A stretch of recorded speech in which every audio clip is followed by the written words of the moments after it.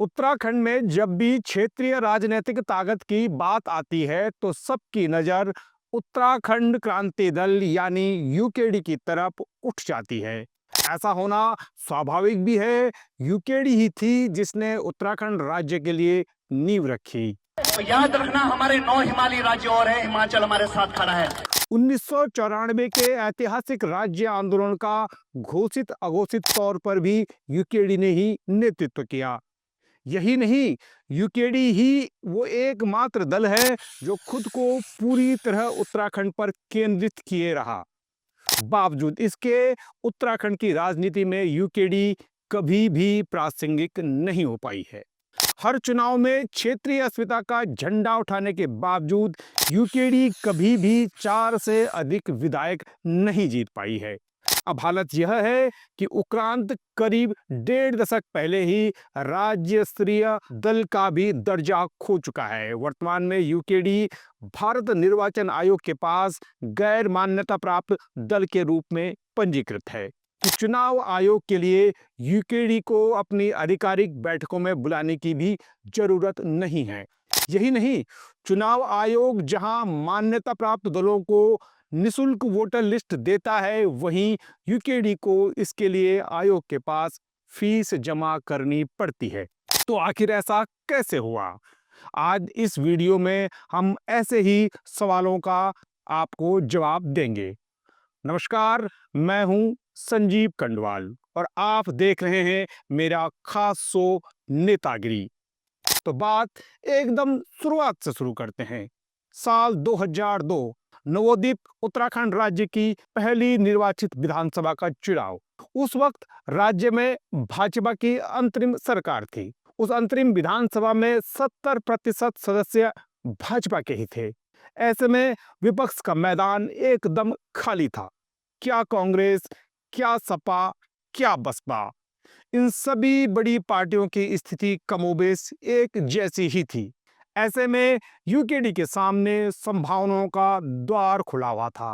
वैसे भी भारत की राजनीति में वो दौर देश भर में क्षेत्रीय पार्टियों का था।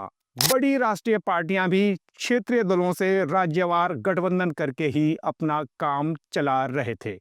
2002 के चुनाव में ऐसा लग रहा था कि पहली विधानसभा में यूकेडी की स्थिति ठीक ठाक रहेगी, लेकिन चुनावी नतीजे एकदम उलट रहे। कांग्रेस जहां तमाम संभावनाओं को झुठलाते हुए उत्तराखंड में पहली निर्वाचित सरकार बनाने में कामयाब रही, वहीं यूकेडी इस चुनाव में सिर्फ 4 सीट ही जीत पाई। और ताज्जुब की बात है कि यही यूकेडी का उत्तराखंड में अब तक का सर्वश्रेष्ठ प्रदर्शन भी है।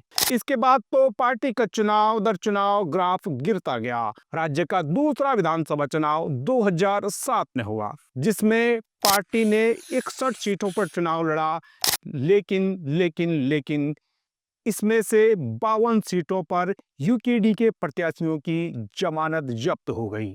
इस चुनाव में पार्टी करीब 5.5% मत के साथ सिर्फ 3 सीट जीत पाई, जिसमें से यूकेडी के सिंबल पर जीते दिवाकर भट्ट तत्कालीन भाजपा सरकार में मंत्री भी बनते हैं। फिर 2012 के चुनाव आते आते दिवाकर भट्ट खुद भाजपा में चले गए।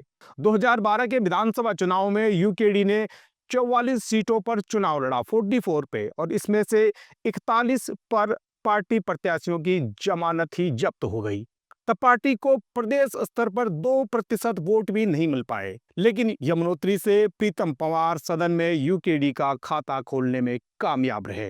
इसके बाद 2017 में हुए चौथे विधानसभा चुनाव में यूकेडी के 2 गुटों ने अलग अलग चुनाव लड़ा, लेकिन दोनों गुट भी मिलाकर 2% से भी मत नहीं जुटा पाए। ऐसे में पार्टी का खाता खुलने की कल्पना भी करनी मुश्किल है। 2017 में प्रीतम पंवार धनोल्टी से चुनाव जीतने में कामयाब तो हुए, लेकिन तब तक वो यूकेडी के कुर्सी से उतरकर निर्दलीय हो चुके थे। इस तरह मूल रूप से यूकेडियन होकर भी प्रीतम पंवार की यह जीत यूकेडी के खाते में दर्ज नहीं हो पाई।